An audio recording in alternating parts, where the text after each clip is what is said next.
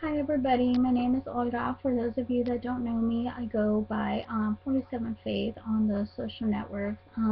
I'm putting this on Twitter, on Instagram, on Facebook, and on Snapchat. So I don't know who this message is for. I don't know who God's trying to reach, but I do know that He's trying to use me as a way to bring you guys closer to Him and as a way to show you that He is real. And for those of you that know me on a personal level, you know that what happened to me was real. Um, I have drastically changed my life around for Christ and for the promise that I made to Him. So I'm going to try really hard not to cry because this is really hard for me. Um, my main concern about doing this and about putting myself out there like this for people that knew the old me is that, people are going to think that I'm crazy or I'm making this stuff up. But, I don't care anymore because this is for God's glory and this is to reach, there's somebody out there that's going to hear this and it's going to, help them come closer to Him and just know that prayer is really powerful and that prayer does change things.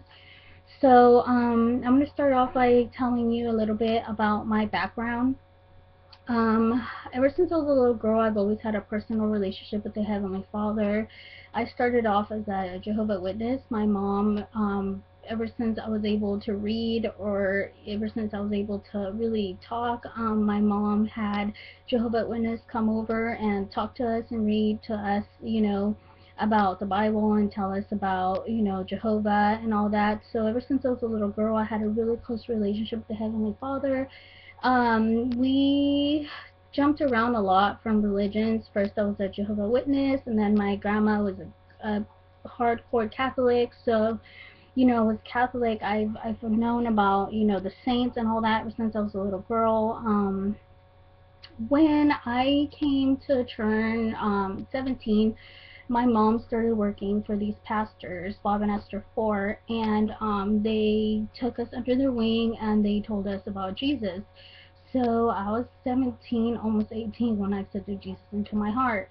You guys have to understand that when you accept Jesus into your heart, it doesn't, just like, oh, you're going to change overnight. It doesn't work that like that. It takes time. Once Jesus comes into your heart, He changes you and He does things that you couldn't do on your own, because basically what's going on is He is, it's like a closet. He's like cleaning everything out that doesn't have to be there anymore. Hate, anger, resentment you have for people, all that stuff He takes out of there. He goes in there and He cleans house and He does things that you can't do on your own, if that makes any sense. So I accepted Jesus into my heart when I was 17. After I actually lived with Bob and Esther, me and my sister did for a while. So what happened was, we moved out of there and we went back into the world. We're just doing what we did. I started smoking weed when I was really young. I was probably like 16. It wasn't until I turned probably 18 and a half, almost 19, I started smoking weed every day. I was a really heavy weed smoker for years. For many years, that's what my identity was. I was a weed smoker. I was a partier. I used to, spend a lot of time at the bar. I was just a normal person, in the world. I didn't know I was on the wrong path until I got older. I realized what I was doing with my life, and I realized that I have a purpose, a life mission, a purpose that now I feel like I've really found, just getting so close to God. So I was 17. I was in the world for 10 years. You get, when I say in the world, I mean like drinking, smoking, partying, doing, not going to church, doing all that stuff. I didn't go back to a Christian church for 10 years. Okay. I got saved. I left. I never came back. Ever came back. I wanted to go back to a Christian church, but I didn't know where to go here in Hollister. So I, never went back to church. When I was 27, so 10 years later, I dated this guy. I don't want to drop names or anything, but we'll just call him Chris. I was with him for 5 years. He was the love of my life. We were gonna get married. I lived with him and his parents. I worked for his mom. My whole life was devoted to this guy. And it just, towards the end, we just started drifting apart. I could just tell he didn't want to be with me anymore. I'm gonna make a really long story short. I suspected, I had a feeling that he was cheating on me. But he would just swear up and down he wasn't.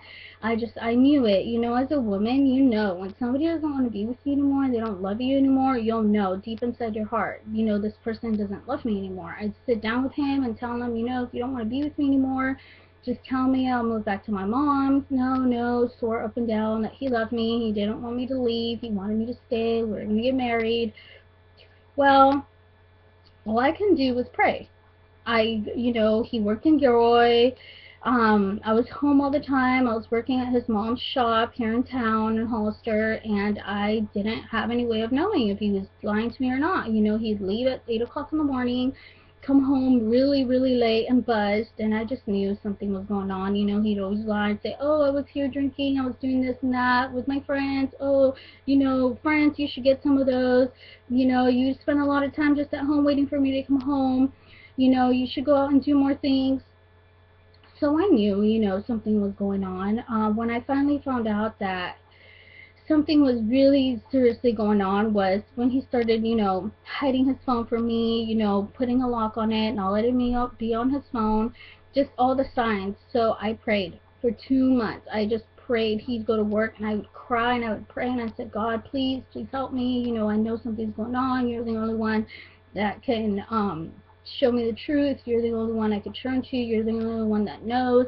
And this guy went to Catholic church every Sunday, woke up every Sunday at 7 o'clock in the morning, swore up and down he was a godly man, he loved God, he was godly, I'm a good person. And one day I just had it, and I went, I'll never forget, I was in the bathroom getting ready to take a shower, and I stopped and I prayed and I said, Lord, please help me. I was terrified of him. I didn't want to leave. I was afraid he was gonna keep all my stuff. At the time I had a lot of stuff out of my own place, and I moved everything out into his house, everything that ever belonged to me. I worked my butt off for all these things. It was all at his house. So I was afraid, that he was gonna throw away my stuff, that he was just gonna do something evil to me. So if I did leave him, he could have that upper hand on me. So I prayed and I said, God, please, if you help me get out of here safe with all my stuff,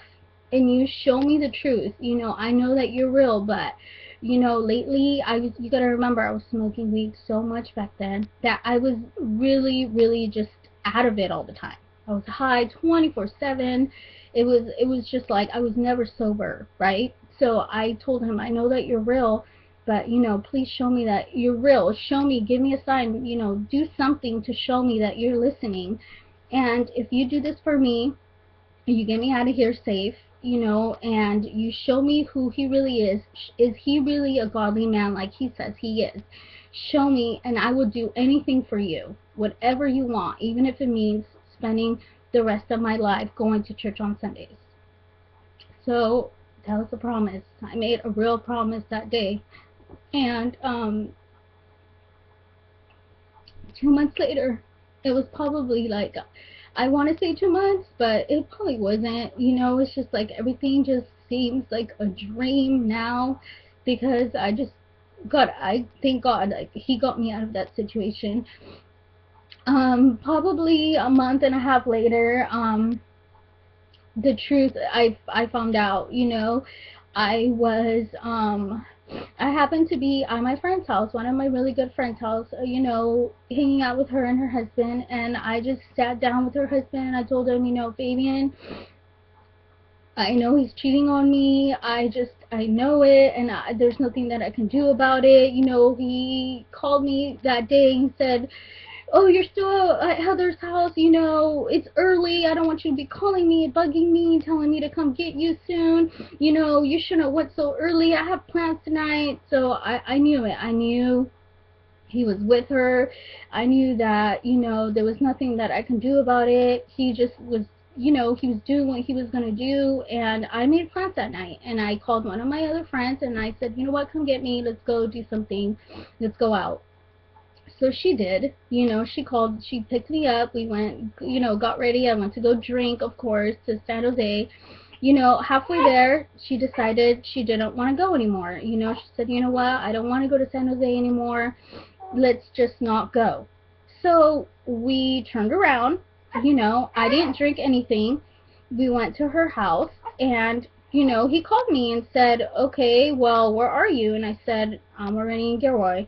Long story short, he lied, of course, that he was in Gilroy too, and that he, wasn't ready yet. He was at his boss's house. He ended up picking me up, really drunk, of course. So drunk he couldn't really even talk or think or anything. When we got to the house, he